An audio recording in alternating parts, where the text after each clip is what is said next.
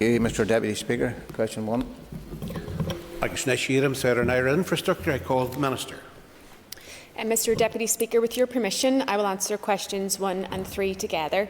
The Roads Miscellaneous Provisions Act Northern Ireland 2010 amended the Road Traffic Regulation Northern Ireland Order 1997 to provide the specific power to hold special events on public roads. The legislation puts in place a framework so that special events can be held in a safe and controlled way. Special events are defined in the legislation as any sporting event, social event or entertainment which is held on a public road or the making of a film on a public road. The Act was enacted after being subjected to a public consultation and the full Assembly legislative process. The special events provisions were subsequently commenced in September 2017. Concerns were raised by councils, sporting bodies and other organisations about the legislation, so in response I asked my officials to carry out a review of how the legislation is operating in practice, with a specific objective to identify areas where possible improvements to the process and how events are delivered can be made. The opportunity to provide the Department with views on this legislation using the online questionnaire closed in September 2020. There was a large response with 795 submissions online, along with 14 pieces of correspondence. While the online questionnaire included a range of set questions, most responses also took the opportunity to add comments in the free text area. The detailed analysis of the information submitted on the operation of the legislation is complete and a findings report has been prepared. I am currently working with officials to finalise the departmental response report, and as soon as I am in a position to do so, I will make these reports publicly available. Supplementary question from Mr Bradley. Mr Deputy Speaker, thank you very much to the Minister for her answer there. And it's just, Minister, a number of local sporting clubs have been in contact with me for an update on the review, which you have clearly said will be coming very shortly. But these clubs are in need of some guidance now so that they can go forward and plan their events in the future. I thank the member for his question. And the reason that it has taken this length of time is because of the volume of the responses and the way that they were being provided. Most recently as well, the PSNI Chief Constable also highlighted some issues about the adequacy of the legislation that governs the holding of cycle races on roads, which dates back to the 1980s. And so my officials wanted to give very careful consideration to the inclusion of cycle races in any revised special events legislation, and that has taken time. I want to assure the member that I initiated this review because I recognise the concerns in terms of the impact, particularly on smaller community-based organisations. I have asked officials to take a fresh look again at the report that they provided with me, because I want to make sure that we are doing what we can to ensure that these events are safe, but also that we're not putting too much of a burden on local and small organisations, thereby preventing them from holding these important events. I call Stephen Dunn for a question. Thank you, Mr Deputy Speaker, and thank the Minister for her answer. Given the range of concerns about the outworkings of this legislation, indeed from community groups, sporting bodies and others, since it took effect over 4 years ago, does the Minister recognise that many small community organisations simply are put off from organising these events due to the red tape and the prohibitive costs, particularly around advertisement and traffic management signage? Will costs be looked at with anything going forward? Thank you. Yes, I am aware of those issues, and I met with a number of organisations before initiating the review, and the review has also identified those concerns that the member has highlighted, Mr Deputy Speaker, and the issue of cost is being looked at as part of the review as well, because I recognise that particularly when it comes to employing temporary traffic management companies, for example, that does put additional burden on the smaller organisations. So that's why I want to get the right balance in ensuring that we have these events, that they take place safely, but that the burden isn't so great that it is actually putting off the smaller community-based organisations from having these important events, which are important in terms of health and well-being, but also for community spirit as well. I call Cathal Boylan. I welcome the Minister's comments, because clearly the likes of the road bowls and different smaller organisations in my own area have had serious problems with the cost issue. But just, Minister, just to give an assurance to those people, I mean, can you, one, give us a time frame, and two, some early indication of what some of the proposals might look like, because people are keen to get up and go, and the likes of the 10k charity runs and everything else that people are not able to facilitate now at the minute. So could you give us an early indication of what's coming down the tracks? Thank you. Yep, and so officials have looked at issues around the advertising requirement, the cost, the burden of traffic management. I've also been engaging with the PSNI as well, who have raised concerns that they don't have resources to be able to revert back to the original situation. And so I want to assure your constituents and the organisations in your locality that I am very focused on making this public, the review report, as soon as possible. But what I have asked my officials is to take that look again, because at this moment in time, I'm not convinced that we've got the balance right in terms of making sure that it is safe, acknowledging the challenges in terms of resourcing within the PSNI, but importantly as well, making sure that the burden isn't too great on community groups. So I'm awaiting a further submission from officials, and at that point then I hope to be in a position to make it public. And I do recognise that organisations want clarity on this. Cara Hunter for Newcastle. I call Cara Hunter. Thank you, Mr Deputy Speaker. I'd like to thank the Minister for her answers so far and her work on the review, and I recognise that she's focused on solution. Minister, could you provide members with a little more insight on what the main concerns that were raised? Thank you. The impact of costs, time, temporary traffic management plans were all mentioned as significant issues as part of the review. The need to use dedicated temporary traffic management companies was also raised, and there were a number of suggestions that the police should resume their previous role by managing the traffic at special events, particularly smaller community events. The need for the legislation itself was also questioned, with many respondents asking for it to be suspended or revoked. Mr Deputy Speaker, the burden of the Act can inhibit localised community activity. Can the Minister outline if an update to the Act would enable more community road closures, such as local community celebrations to mark the Platinum Jubilee in 2022? I don't have specifics on that. I suppose what I would say is that the special events are those that are defined in the legislation. So if it was a social event or entertainment which is held on a public road, then it would fall within the special events legislation, and then we'll be involved in terms of the review and any changes that I bring forward. I call Andrew Muir. Mr Deputy Speaker, and welcome the Minister's review and her comments thus far. The review, for it to be fully effective, needs to be able to attract the widest possible support. Will the Minister be amenable to meeting with the key sporting organisations before the review is finalised and published, so to get their views? And also, does she agree with me that the police also have a key role to play in relation to this, and to review their stance in relation to special events? I agree with the member on the need to have that engagement with the PSNI, and again there's a balancing act to be had there in terms of police and resources, but also for me being part of these events is also a key cornerstone of community-based policing. It's a very effective way to demonstrate how intrinsic the police service of Northern Ireland is to our local communities, so I think it's beneficial for all concerned that we can get that right balance. In terms of meeting with the groups, I met originally, and I think you were at that meeting, Mr Muir, with the different sporting organisations in particular in advance of the review. As soon as I get clarity and I'm content and feel that we've got the right balance in terms of the review report, I'd be happy to engage with them again. Liz Kimmins for Newcastle. I call Liz Kimmins. Question 2, please. Officials from my department met with the Managing Director of Newry Business Improvement District in March this year as part of wider discussions on the issue of on-street parking in both Newry city centre and in Lisburn. At this meeting, I understand that the views of Newry's business community were set out and have also been brought to my attention in subsequent correspondence. The current controlled parking zone supports the stated vision of Newry and Mourne District Council in the regeneration plan for Newry City, which aims to, and I quote, make Newry more open and visitor-friendly, less car-dependent and therefore more sustainable for future generations.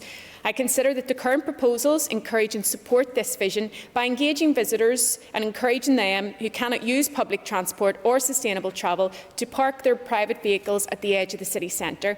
As part of the Newry and Mourne District Council's local development plan, my department will be working to develop a parking strategy for Newry City. Views will be sought from local residents and businesses as part of this process. Liz Kimmins, supplementary question for Liz Kimmins. And I thank the Minister for answer. Although the document that the Minister refers to is over a decade old, so unfortunately a lot of it is outdated, and a recent survey by Newry Bid has shown that the parking situation in Newry is actually a major deterrent for people coming to Newry. So with that said, what can I ask the Minister to listen to the local businesses and review her decision not to implement this on-street parking trial as a pilot to try and support businesses going forward? I thank the member for her question, and while the vision may be a number of years old, I would argue that it is particularly pertinent. We've just come from COP26 and we are talking about the climate emergency, the need to be encouraging people out of their private vehicles to be using public transport, and also I'm very keen to work with councils, business representatives and local communities so that we have people-centred place shaping and to maximise the opportunities for pedestrianisation, for example, in the area. In respect of the on-street parking, what I would say is that charged on-street spaces currently account for only 10% of Newry's available city centre parking.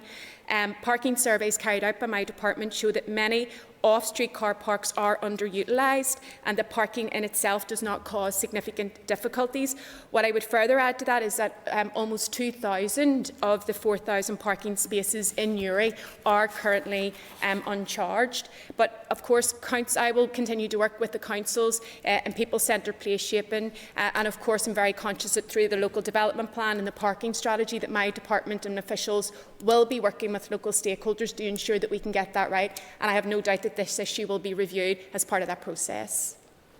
Mayor Justin McNulty hon cash the car. I call Justin McNulty for a question. And thank the Minister for her answers thus far. Minister, thank you for meeting with Newry Bay down with the Council and all our stakeholders in relation to parking, greenways and cycleways and for giving them a roadmap for resolution of this matter. Parking is an issue for some traders and for businesses alike, but there are other issues. Furlough was ended, the High Street voucher scheme has for a large part displaced Christmas shopping. Meanwhile, costs of living and running a business are spiralling. And it's looking like a bleak first quarter trading for 2022. Would the member come to the question, please? I'm getting there. Yep, please do. Can the Minister move over? Can the Minister give any reassurance that she will engage with the Minister for Finance and the Minister for the Economy to take action that will really make an impact and difference for businesses and traders alike? I think the member is right, Mr Deputy Speaker, to be highlighting that this winter is in many respects a perfect storm, particularly for households. And while a number of the issues that he has highlighted fall outside of my remit as the Minister for Infrastructure, I can assure the member that as a Minister in the Executive that I'll be working with Executive colleagues to ensure that we can get support to our businesses but also to households as we face into a very, very difficult winter. Call Kelly Armstrong. Thank you, Deputy Speaker, and thank you, Minister. Minister, Newry, like many of our larger towns, has a huge problem with parking, but I wanted to ask you what considerations your department has given to expanding the very successful park and ride facilities for those wanting to commute into not just city centres but our larger towns across Northern Ireland. The member may know that from taking up the post as Minister for Infrastructure, I've announced progress on a number of park and ride schemes, and I do believe that they're an important part of the answer. What we need to do, if we are really to get people out of their cars, is first of all make sure that they have accessible public transport, that it is affordable, that it is reliable, and a key part of that journey is making sure that park and rides enable people to make the majority of their journey via public transport. So, of course, I will continue to progress that agenda. As all of these things, it's largely dependent on the funding that's allocated to the department, but as part of my commitment to tackling the climate emergency, I see the expansion of public transport, the expansion of park and rides, the expansion of active travel, all as critical pillars of achieving that. I call William Humphrey. Mr Deputy Speaker, question number 4. In certain circumstances, my department can adopt existing streets which may not have previously been determined for adoption under Article 9 of the Private Streets NI Order 1980, provided they meet certain criteria. This criteria requires that my department is of the opinion that the street should become a public road, a majority of the owners or occupiers of the land in or adjoining the street consent in writing, and the department is satisfied the street is in all respects fit and proper to become a public road. I also recently launched the Alleyway Transformation Initiative, where I wrote to all councils inviting them to scope the opportunities that exist for interventions of this nature and to apply to my department for funding. This funding can be used either directly by the Council or be provided to communities to carry out work to improve back entries, alleyways and similar open spaces in order to help enhance community pride, reduce antisocial behaviour and generally improve the environment, helping to promote walking, cycling and other activities. This funding is available irrespective of whether the site has been adopted by my department. Supplementary for Mr Humphrey. Thank you, Mr Principal Deputy Speaker and Minister. The question was specifically about alleyways. It's very clear that what we have at the moment isn't working for our constituents, both taxpayers and ratepayers. We need a more better joined-up approach between this Assembly, its executive and local government. You will be aware of the issues at Harmony Bridge, which you visited, and I pay tribute to Deirdre. Does the member have a question, and the please? Housing Executive. I'm aware of many entries across North Belfast which are overgrown. People having to bring their bins. Can the member resume a seat, please? It's not. That wasn't a question. That was a speech. Now, if the member has a question to ask, I'll allow him that, and he has a moment to do that. Otherwise, I'll move to the next person. Given the number of overgrown entries in North Belfast, what is the Department and the Belfast City Council doing to address the issue where people are now having to bring their bins through living rooms in this day and age? Not acceptable. Thank you, Mr Deputy Speaker. And in recognition that this is an issue that impacts on local communities, I brought forward the Greening of Alleyways scheme. It's the first time that, to my knowledge, that a minister holding this portfolio has tried to address that issue. My officials are working with councils across Northern Ireland to encourage them to draw down the funding that's been made available for the transformation of these alleyways. We've had feedback from 4 of the councils, so I would look to members across this chamber to be engaging with their council colleagues to encourage them to apply for the funding. I agree wholeheartedly with the member that it is around partnership working. That's why my officials have been working and positively engaging with the councils on this issue. It is also my understanding that Belfast City Council is initiating its own pilot in this area. I have no doubt that if the member speaks with his council colleagues, they'd be able to update him on the matter. Agus neis him Sir Jerry Kelly for new cash. I called Jerry Kelly. Minister, the last time I raised this with the department, with yourself, you indicated that the department doesn't keep any list or record of the number of unadopted alleyways. Taking those circumstances into account, and the original question was about the alleyways, and you will know, I know that while the greening of alleyways is helpful, it isn't dealing with the problem. Some of these places are not able to be accessed actually by the residents. So I'm asking. Does the member have a question? I do. I thought I'd get away with that, but I'm asking the Minister what is going to be done in terms of the department itself adopting these alleyways, which is the necessary step to make anything out of them at all. And I would refer the member to the Greening of Alleyways initiative. What we're trying to do is to find creative solutions to a difficult issue. And by working with local councils and with community groups, this is the first time the capital funding has been made available so that communities can transform their entries. I've seen this in operation in North Belfast. I've seen the good and the bad. I've met with residents who are tormented by this issue. That's why I've been pushing my officials to be proactively engaging with Belfast City Council in particular.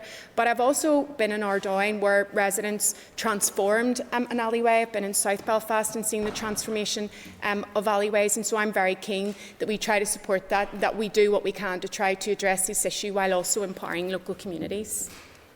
Mayor Matthew Toole for new cash. I call Matthew Toole. Thank you, Deputy Speaker. Minister, as you say, the Greening Alleyways project and fund is something that we should be taking advantage of, and she alluded to it there in my own constituency. Wildflower Alley in the Holy Land is an extraordinary example, but is she confident that enough councils and enough indeed local representatives are properly pushing the potential of the Greening Alleyways funding and project? I wrote to the councils on the 22nd of January inviting them to submit proposals to my department for the greening of alleyways and other similar spaces within their jurisdictions. Since then, my department has been contacted by 4 councils in relation to this, and my officials are working with these councils to develop their proposals. But I would like to have been in a position where all of the councils have been in touch seeking funding on this. So I would reiterate the point, looking across the House, for people to be engaging with their party party colleagues on local councils to encourage them to apply for this funding. The criteria for this funding is not complex. It's deliberately made to be in a way that it's very straightforward, so accessibility to the funding should be easy. It's really just about having the engagement of local communities and making sure that they feel part of this initiative and feel that they have a sense of ownership over it as well. So any assistance in raising the profile of this funding with local council would be much appreciated. Call Jonathan Buckley. Deputy Speaker, question number 5. Earlier this year, my department received legal challenges preventing the award of resurfacing contracts in 4 council areas.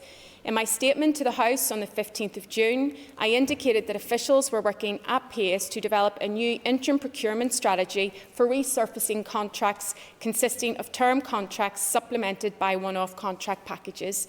This strategy has been finalised following a pre-market engagement exercise that took place over the summer. The strategy consists of 4 phases with 6 new term contracts in each.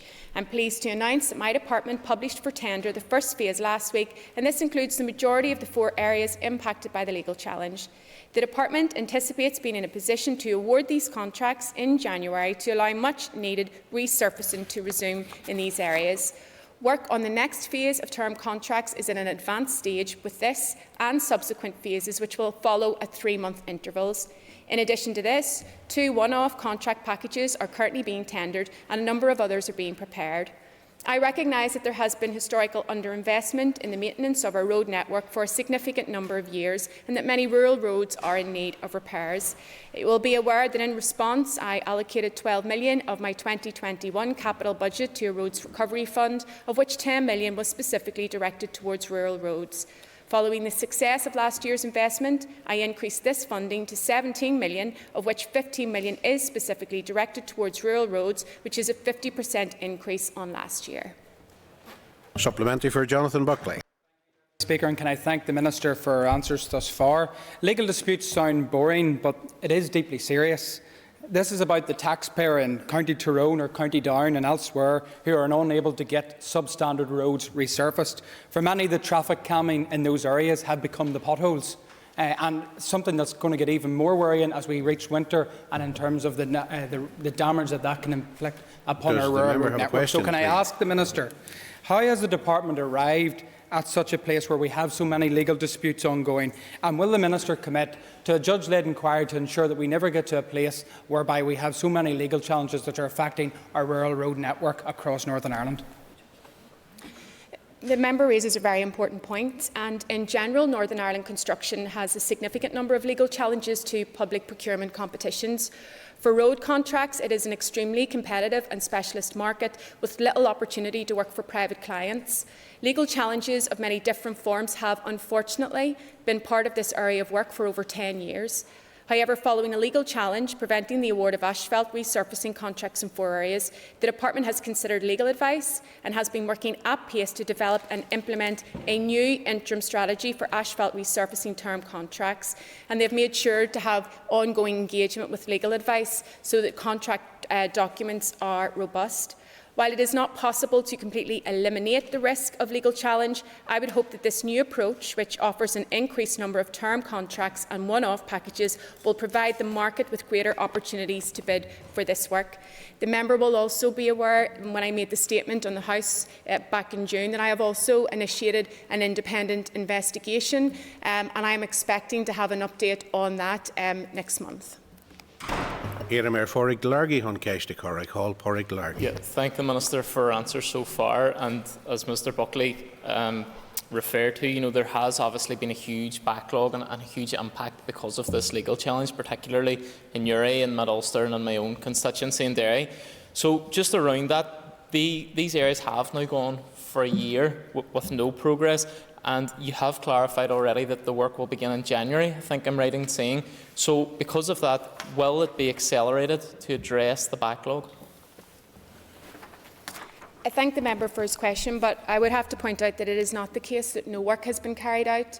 Ongoing maintenance work has been carried out, and in fact the 50% increase on the Rural Roads Fund has been able to roll out. It's not impacted by any of the legal challenges, so to provide some reassurances there. Officials are working at pace to go out to tender to ensure that we can get the resurfacing projects on the ground as quickly as possible. And I just want to say to the member, I share his frustrations on this. I wasn't anticipating a legal challenge. The fact that there is a legal challenge has meant that this course of action has had to be taken. But I'm very clear to officials that we have to work at pace to make sure that we can get those resurfacing schemes in your constituency and in others on the ground at the earliest opportunity, while making sure when devising this new interim strategy that it is as robust as it can possibly be to protect against any further legal challenges. Dolores Kelly on Castlecory. Call Dolores Kelly. Thank you, Deputy Speaker. I know the Minister from she took over the portfolio has had huge problems to try to fix what isn't MOT lifts. It's legal challenges and indeed the collapse of the institutions for 3 years when no decisions were made. Can the Minister confirm whether or not she has received adequate financial support from the Minister for Finance to fix all the problems in terms of infrastructure, particularly our roads maintenance network? I think it's abundantly clear that we need to increase the level of investment in structural maintenance of our infrastructure, and that's pavements, roads, cycle paths and public transport, and I've been consistent in making that point. For roads maintenance, the recommendations contained within the Barton report and the Northern Ireland Audit Office report broadly confirmed the need for much higher levels of investment, with £143 million per annum, and that was based on 2018 prices, being identified as the minimum amount that we should be spending on structural maintenance activities such as resurfacing, surface dressing and structural drainage. It is also clear that not spending at this level can often represent poor value for money, as repairs and settling claims inevitably cost more in the longer term. And the truth is that budgetary constraints mean that we cannot do all that I or members or of the public or indeed elected representatives would like. Our ability to increase the level of structural maintenance, not just in roads but across our transport network, and our capacity to deliver it is directly linked to the level of resources made available to my department. I call Rosemary Barton. Minister, so far for your answers. Minister, you spoke about increased budgets for rural roads. I've got to say, rural roads, Minister, in the West are in a dreadful condition. 2/3 of all potholes are only mended. We're left with 1/3 that go unmended. Can you, in the department, tell me when basic contracts are going to be put in place so that there will be adequate funding for the maintenance of these roads? I thank the member for her question, and what we're dealing with here is the result of years of underinvestment, and it began under the stewardship of your party colleague Danny Kennedy when he held the portfolio, and there was huge cuts forced on him and his department, and the outworkings of that are coming to pass. Because not only was there not enough investment, the fact that we're not investing in our road network means that it's deteriorating further. I continue to make the case at the Executive for funding in terms of the contracts issue, as I outlined in a previous response. We're hoping to be at a position where the contracts are awarded in January. So we're very focused on doing what we can to make sure that the contracts are in place, that the contract documents are robust, and importantly, when it comes to resurfacing and asphalt, that we can get those schemes on the ground as quickly as possible. Time for a brief question. I call John Blair. Thank the Minister for the clarification she's been able to give so far around the current legal challenges. But can I ask when the independent investigation currently underway into the botched procurement process will be published, and if any aspects of this will be redacted? As the member will be aware, when I became aware of this issue, I came to the floor of this House to make an oral statement because I viewed it as a very serious matter, and I wanted to be very open with members. I intend on taking the same approach as I did with dealing with the DVA issue, where I initiated independent investigations. I then published those reports on my departmental website. and so I intend to take exactly the same course of action. The investigation team has been appointed, the work has commenced, and the investigation team has indicated that they will provide an update next month. And once I have that update, I'm very happy to update members right across the House. That ends the period for listed questions, and we'll now move to 15 minutes of topical questions, and I call Andy Allen.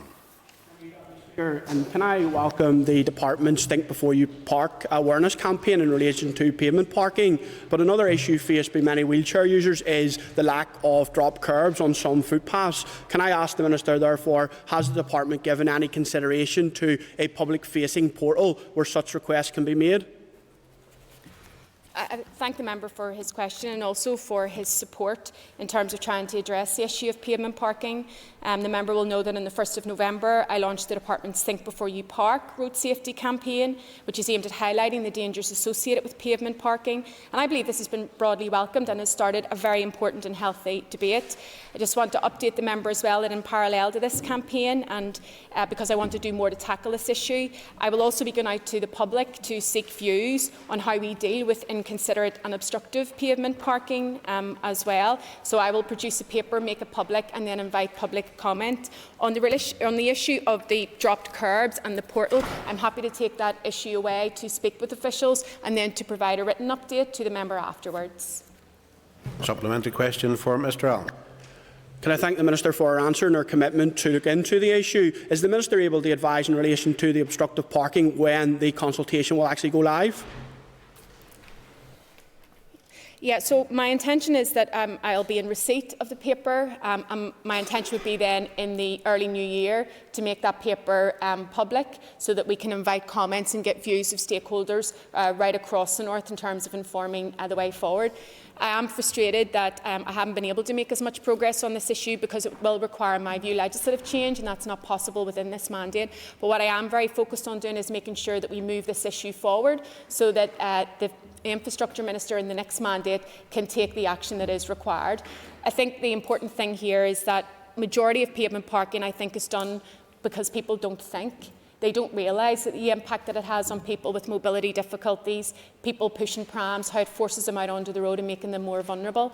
So I think we need to look at education, informing, changing people's behaviour, enforcement, and in my view we also need to look at the legislation to ensure that it's fit for purpose in tackling this issue.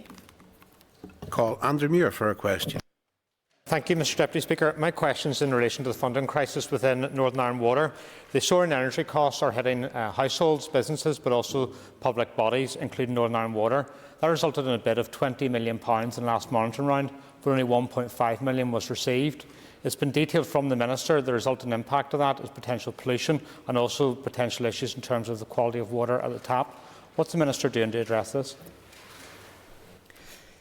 The member raises a crucial issue. Northern Ireland Water is the largest electricity consumer in Northern Ireland, and as a consequence of rising power costs, Northern Ireland Water is reporting an increase of £19.7 million to try to cover these energy rises.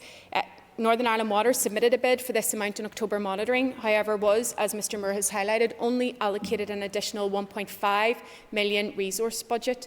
Northern Ireland Water is also indicating that should power costs remain at record high levels, then there could be as much as a further £5 million resource pressure before the end of this financial year. The impact of the constrained October monitoring outcome significantly increases the risk of being able to deliver core services in the event that Northern Ireland Water cannot be sufficiently funded for the remainder of this financial year.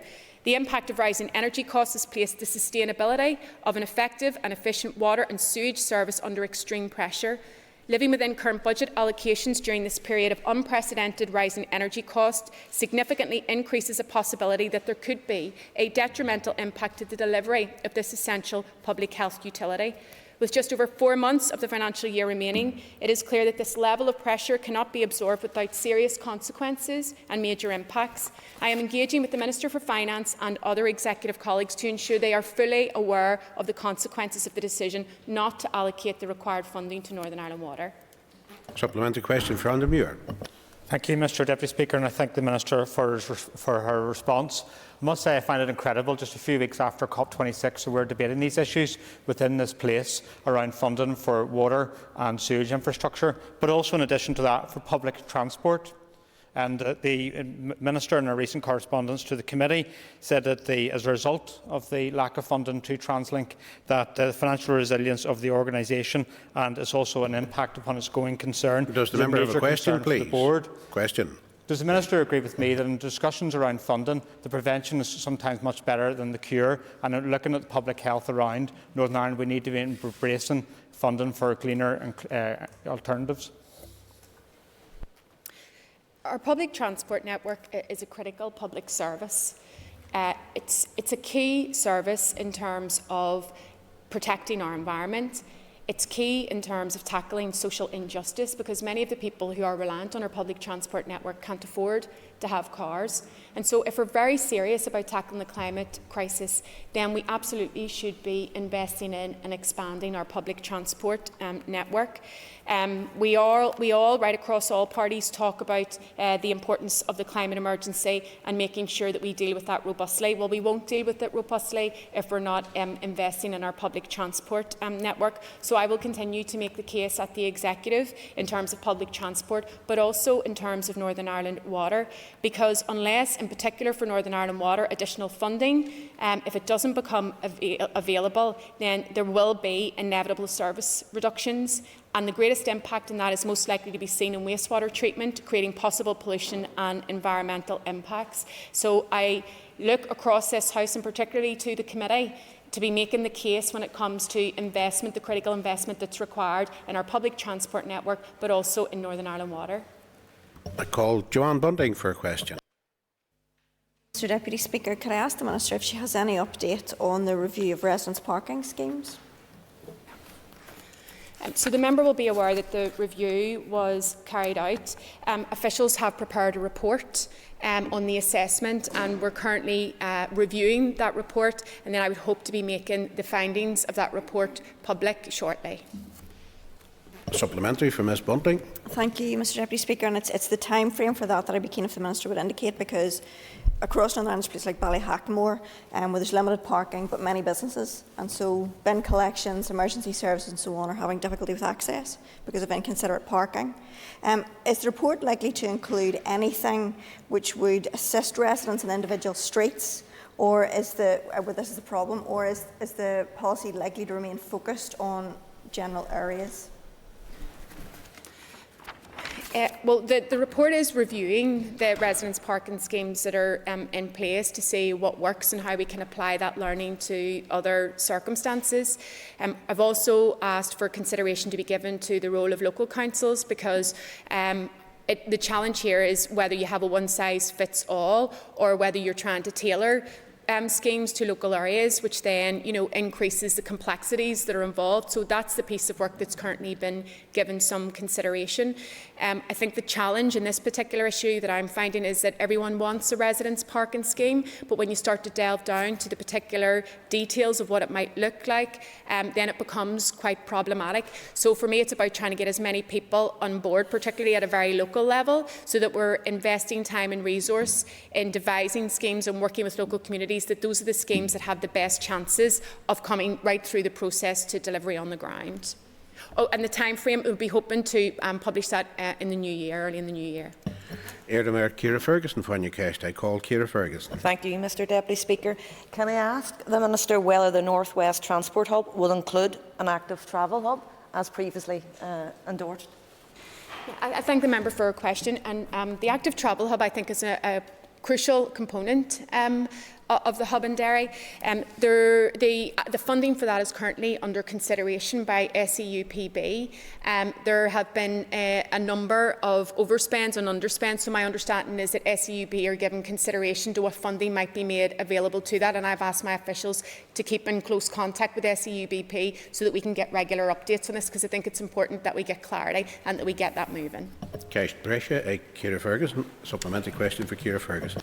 Thank you, Deputy Speaker, and thank you for that update. We need to see the rail line improved in the North West. to tackle the regional inequalities and obviously to cut transport emissions. The Minister previously stated that a review would be completed this month, but delivery obviously is key. Can the Minister detail what action will be taken to deliver improved rail services for the people of Derry? I've been very clear since taking a post that the issue of rail is one that's an untapped opportunity. And in fact, when you look at the North West in particular, you only have to look at the map to see the injustices there in terms of the lack of rail connectivity. To try to address that, I got phase 3 back on track. The report is due to be with me this month. There's no slippage on that. It is on course to be with me this month. The member will also know that I have initiated a piece of work around additional rail halts and a half-hourly service as well to improve rail connectivity to the North West. And then obviously there's the All-Ireland Strategic Rail Review as well that I'm working with Minister Eamon Ryan on, that will look at the island existing rail networks to see where they can be improved, the opportunities for new rail connections and of course rail connectivity to our ports and airports, while also examining the potential of rail when it comes to freight as well. So those strands of work are ongoing, and I think if we follow through on that, then we'll be able to maximise many opportunities and benefits to be had from a strong rail network across the island, where we can see works in other places around the world where they're significantly investing in rail. The member isn't available to us for question number 5. Davrishan Adam Sir Nicola Brogan for Newcastle. I call Nicola Brogan. Can I ask the Minister to detail how much funding Omagh has lost this year as a result of the ongoing resurfacing delays, please? I don't have that information to hand, and what officials are doing though is that we have allocated £80 million across all of the divisions, and we're working at pace to provide solutions in terms of the contracts that have been affected as a result of the legal challenges as well. As part of that process, we were able to allocate an additional £5 million in terms of October monitoring, because I've asked officials to keep the financial situation under review so that we can maximise the amount of investment that is going into our road network. Of course, the Rural Roads Fund is also there with a 50% increase. Omagh is benefiting from that. That's not impacted by the legal challenge, and we will continue to roll that out in Omagh and right across the north as well. Ceist Brescia, Nicola Brogan. Supplementary question for Nicola Brogan. And I thank the Minister for her answer there. Minister, you well know that many of the roads in and around Omagh are already in a terrible state, and the longer these delays go on, the worse they're getting. So can I ask if the Minister has assessed the road safety impact of these delays in resurfacing work? As part of the maintenance cycle and process that the Department undertakes, roads are inspected. Any defects that are identified are then marked for treatment. Priority is allocated to the level of the defect so that those who are most serious are fixed in the quickest possible time frame. So that work is ongoing. That's not impacted by the legal challenges. But of course, again, this comes back to the nub of the particular issue, and that is the historical underinvestment in our road network, and the fact that that has prohibited a lot of work from taking place over many years, but is also contributing significantly to the ongoing deterioration of our road network. So we need to make sure that we have sufficient funding going into our roads. The Barton report has identified £143 million per annum at minimum, and that's 2018 prices. So we need to be looking at a much higher figure, but certainly by not investing in our road network, we're only making the situation worse. I would have time for a brief question and answer from John Blair. Deputy Speaker, I'm very grateful for that.